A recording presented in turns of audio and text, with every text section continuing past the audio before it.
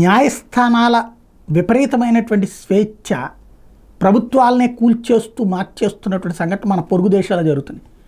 శ్రీలంకలో ఏదైతే అగ్రికల్చర్ని మీదన తీర్పిస్తూ ఎరువులు లేనటువంటి వ్యవసాయాన్ని ప్రోత్సహించాలి అని ఆదేశాలు ఇచ్చింది.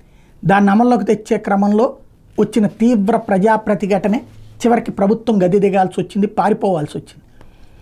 అలాగే పాకిస్తాన్లో ఇమ్రాన్ ఖాన్ జైలు పాలయ్యాడు. అదే సందర్భంలో ప్రభుత్వం చివరికి అక్కడ షాబాజ్ షరీఫ్ ప్రభుత్వానికి సంబంధించి చేస్తున్న తప్పులని కాపాడుకొస్తూ సాగినటువంటి పరిస్థితి. బంగ్లాదేశ్లో జరిగింది అది. కోర్టు ఇచ్చినటువంటి తీర్పు తెచ్చినటువంటి పరిణామం అక్కడ స్పష్టంగా కనిపించింది. అలాంటిది ఇప్పుడు థాయిలాండ్లో జరుగుతున్నటువంటిది. తాజాగా అవినీతి మరక అంటుకున్న వ్యక్తిని తిరిగి మంత్రివర్గంలోకి తీసుకుని నైతిక ఉల్లంఘనకు పాల్పడ్డారంటూ ఏకంగా థాయిలాండ్ ప్రధానమంత్రి స్రెడ్జా దావిసిన్ అక్కడ రాజ్యాంగ ధర్మాసనం ప్రధాన పదవి నుండి తొలగించింది. ఏకంగా ప్రధాన ప్రతిపక్ష పార్టీని రద్దు చేయాలంటూ ఒక కోర్టు నుంచి ఉత్తర్వులు వెలువడిన వారం రోజుల్లోనే ఇలా ప్రధానమంత్రి పదవి ఊడిపోవడం గమనార్హం.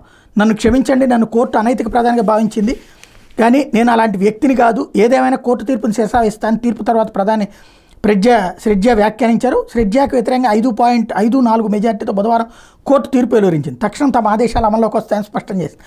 ఏప్రిల్లో కేబినెట్ పునర్వ్యవస్థీకరణలో భాగంగా పిచిత్ చుయన్బన్ని మంత్రిగా ఎంపిక చేశారు. అయితే 2008లో ఆయన ఒక జడ్జికి $55,000 లంచం చూపిన కేసులో అరెస్ట్ అయి 6 నెలల పాటు జైలు జీవితం గడిపి విడుదలయ్యారు. అవినీతి నేతకు మళ్లీ మంత్రి పదవి కట్టబెట్టారంటూ ప్రధానిపై విమర్శలు వెలువెత్తినటువంటి నేపథ్యంలో ఏకంగా ఈ తీర్పు ఇచ్చింది. ఇప్పుడు అక్కడ ప్రభుత్వం కూలింది.